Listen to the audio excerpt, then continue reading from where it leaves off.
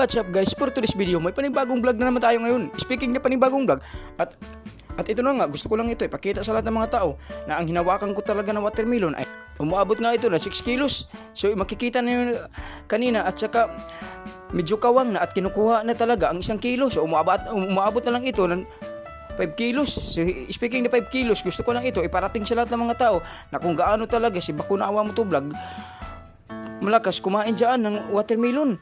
So ito na nga, at sinimulan ko na talaga kasi gusto ko lang ito iparating sa lahat ng mga viewers ko na nagbakasakali lang ako kung mag-viral nga ito. Gusto ko lang talaga makatulong sa kapwa natin, mga kababayan na mga mahirap dito nga talaga sa Kantilan, Surigao del Sur. At maraming talaga dito ang mga tao na mga mahirap. Gusto ko lang ito iparating sa lahat ng mga viewers.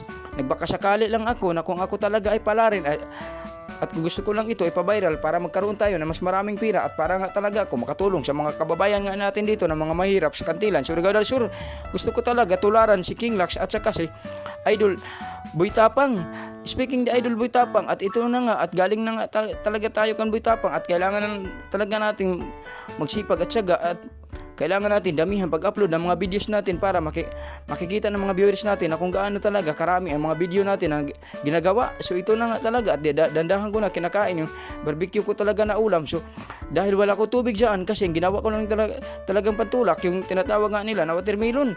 So makikita niyo dito kung gaano nga talaga ito kalaki na watermelon, at hindi ka talaga dito magmamahay kasi at ito na nga, at sinimulan ko na talaga pag sima-sima at malalaki talaga. At alam ko naman talaga dito sa Kantilan, Surigao del Sur, at wala talaga makaubos ng 6 kilos na watermelon. Hindi katulad sa akin, at naubos ko talaga dito ang tinatawag nila na watermelon na kung gaano talaga ito kalaki.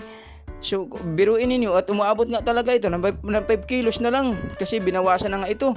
So ito kung gaano ko talaga dito kalakas kumain, at ayun na nga, pinaspasan ko na talaga para mas makita talaga ng mga viewers kung gaano ko talaga kasarap na dyan kumain. So ito na nga, ang ulam ko talaga ay isaw, at nagkakahalaga lang ito ng 30 pesos, at umaabot nga ito ng 6 na piraso kasi mura lang dito ang tinatawag nga nila na isaw, at 5 pesos lang yan. So ito na nga, dandahan ko na talaga ito sinawsaw sa tuyo, at saka kinakain ko na talaga na kung gaano nga talaga ako kasarap dyan kumakain. So ito na nga, kasi nagugutom talaga ako dito kasi galing ako sa pagtitinda na strip buko.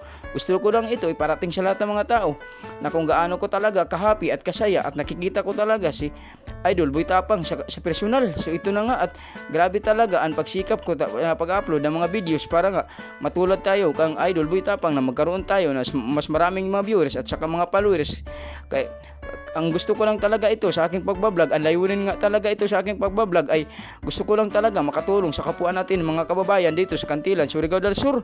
So ito na nga, at marami talaga nagagalit nga sa akin kasi marami ang nagsasabi sa akin na kung ako lang talaga ang magbabiyahe, at palagi nga talaga nakatakip yung muka ko kasi ginagawa ko talaga dyan sa pagtatakip ng muka ko. At kung ako talaga ay basta magbibinta na ako ng strap buko at hindi ko talaga masyado ipapakita ang muka ko, kailangan ko talaga magmas kasi maraming talaga nagagalit sa akin ng mga basher at nangaingit. Gusto ko lang ito iparating sa lahat ng mga tao. So grabe nga talaga dito, at sinubukan ko talaga pag sima-sima ng watermelon dyan kung gaano talaga kalakas ko kumain. So hindi ko talaga sukat akalain na ako talaga ay nakaubos nga talaga ako ng 5 kilos na watermelon. Biruin ninyo, at wala talaga dito sa Kantilan, Surigao del Sur nakagaya sa akin at makaubos talaga ng 5 kilos na watermelon. So ito na nga, makikita natin dito na sinapsap ko na nga yung watermelon at dandahan ko na pagkain yung isang pinikas dyan. So speaking the watermelon, hindi ka talaga dito magmamahay kasi mapapawi talaga ang mga uhaw dito. So ito na nga, sa pagsapit nga talaga ng gabi kasi masarap talaga ikain ng mga malamig. So speaking na malamig, at ito na nga, grabe talaga ang sarap-sarap ko talaga dyan kumain. Ayun, tinatapon ko na yung isang pinikas ko dyan kasi naubos na nga, at ito naman, nagkuha naman ako ng bagong reserba. So ito na nga, dinandahan ko na lang talaga pagtadtad para mas maubos nga talaga ito. Gusto ko lang ito iparating sa lahat ng mga viewers ko na taga Surigao del Sur. Kung hindi ka pala talaga nakasubscribe sa aking YouTube channel at saka sa aking TikTok at saka sa aking Facebook, at sana wag mo na kalimutan mag-iwan ng like, share, subscribe.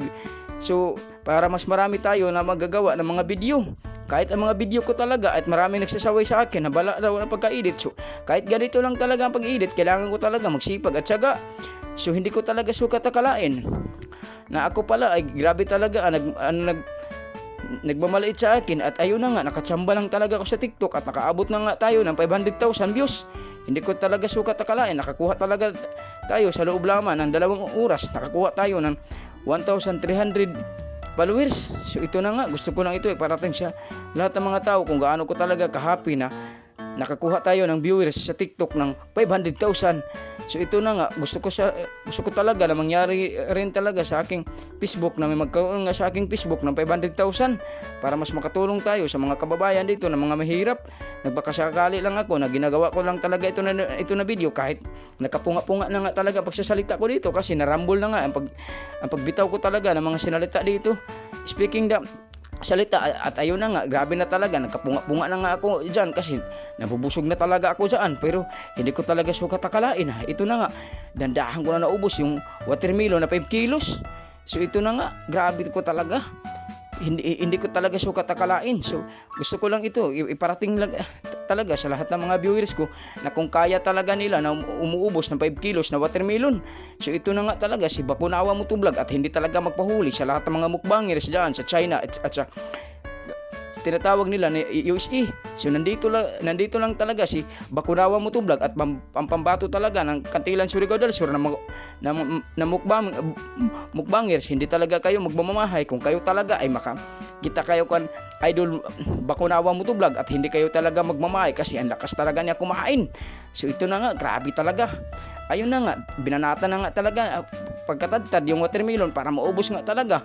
Hindi ko talaga ito sukat akalain kung gaano ko talaga kalakas.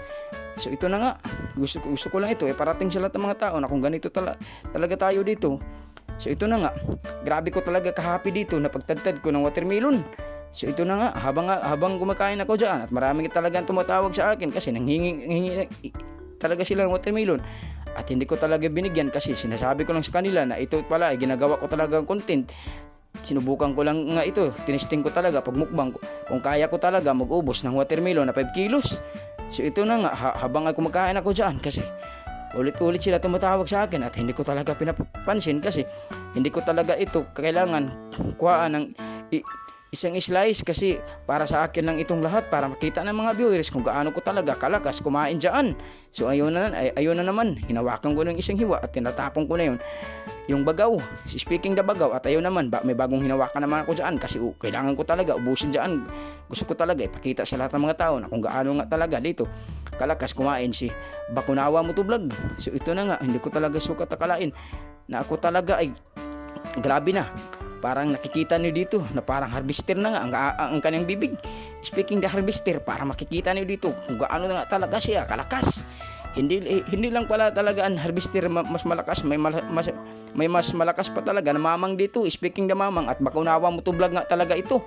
Gusto ko lang ito parating sa lahat ng mga tao at kayo na lang ang magusga, mag-comment kung ano talaga ang reaksyon niyo dito sa aking video na ginagawa ngayon. So ito na nga, tinatapon ko na talaga ang isang slice. Speaking the slice, hindi ka talaga dito magmamahay kasi kunti na lang talaga natitira at ayun na nga, binanatan ko na nga talaga para mas maubos, para mas maganda talaga ang kainan natin dito. At ayun na nga, as you can see guys, hindi ka talaga dito magmamahay kasi mabubungkag talaga dito ang mga uhaw. Speaking the uhaw, at ito na nga, grabe ko talaga dito happy kasi nakikita ko talaga yung tira niya at pakunti-kunti na lang at malapit na talaga maubos. Gusto ko lang talaga ito iparating sa lahat ng mga tao. Kahit ako lang talaga ay si Bakunawa Motovlog, isang asdrap vendor dito sa Kantilan Surigao del Sur. Gusto ko lang talaga ito ipakita sa aking mga viewers na nating mga ginagawa na video ay hindi ko talaga sukat akalain at nakaabot na talaga ito sa Japan at saka Korea at saka sa USA at saka sa India at hindi ko talaga sukat akalain na yung mga video ko talaga na ginagawa at nakarating na nga talaga sa kanila.